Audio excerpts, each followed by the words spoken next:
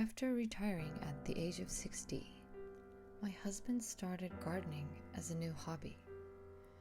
At first, he just bought a planter and put it in the garden, but eventually he became enthusiastic and started to plant some trees and arranging pebbles. It was like the traditional dry landscape garden. As for the dry landscape of pebbles, he was telling me that those stones were nice and cheap, but I wasn't so interested in just smiling while listening to his story. I didn't ask about the details. Perhaps he heard a good story from a person in the landscape industry. We bought our house with a 30-year loan when my husband was 35 years old. We still have 5 years to pay off the loan, so my husband is working half a month as a night security part-timer. My children were independent, so I was spending my time alone at home. One night, when I woke up to go to the bathroom, I suddenly looked at the garden, and I saw something glowing suspiciously. It looked like a purple human soul. I was staring at it. Then suddenly it faded out.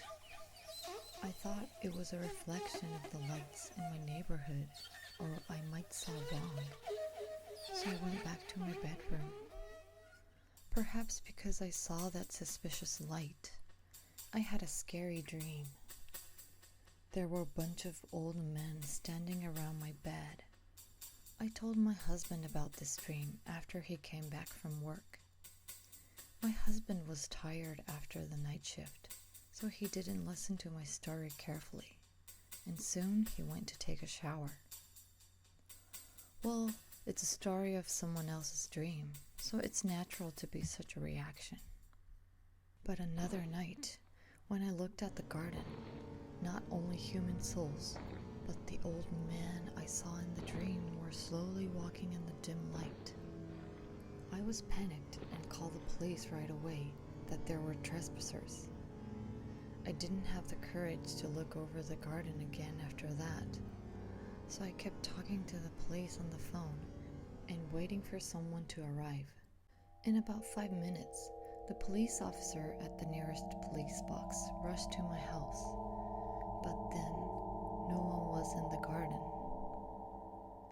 The next morning, my husband yelled at me, "Don't bother the neighbors at night by your mistake." I was not convinced, but I apologized.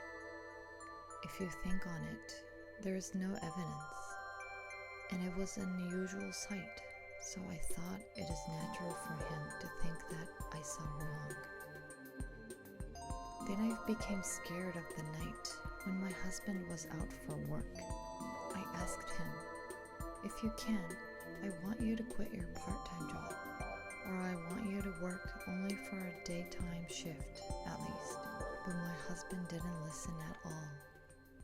And again, one night, when I looked into the garden from the window, which I was avoiding to look at, strangers were walking around the garden loosely.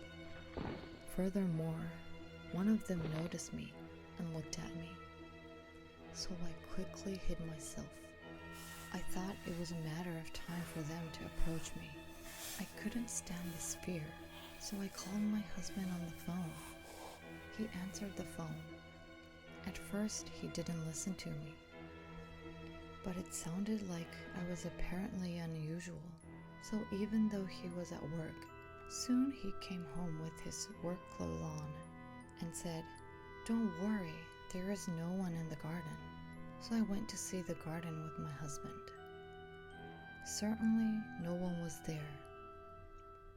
However, after that, we were shocked. When my husband lightened the garden with a flashlight, the pebbles of the dry landscape had several footprints. I was scared. After all, it was not a hallucination.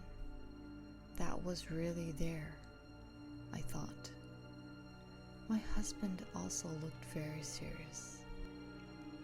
So I asked him what I was worried about. You said you got the pebbles very cheap, but where did you get them? His answer was terrifying. Recently, there are many people throwing away the graves, and they break the tombstones because it's difficult to discard. Then they use for horticulture. If you say tombstones, it reminds us of black stones like granite. But it seems that many graves are made of other stone materials. Why did you plant such an ominous thing in the garden? I said to my husband. He promised me to ask some landscaping industry person to dispose them after memorializing them properly at the shrine. After a few days, all the pebbles in the garden were recovered, and the priest of the shrine gave a memorial service for the pebbles and then had it discarded. Since then, no human souls or suspicious people have appeared in my house. However, I still have an uneasy night when I look at the garden. Reminds me of the scene back then.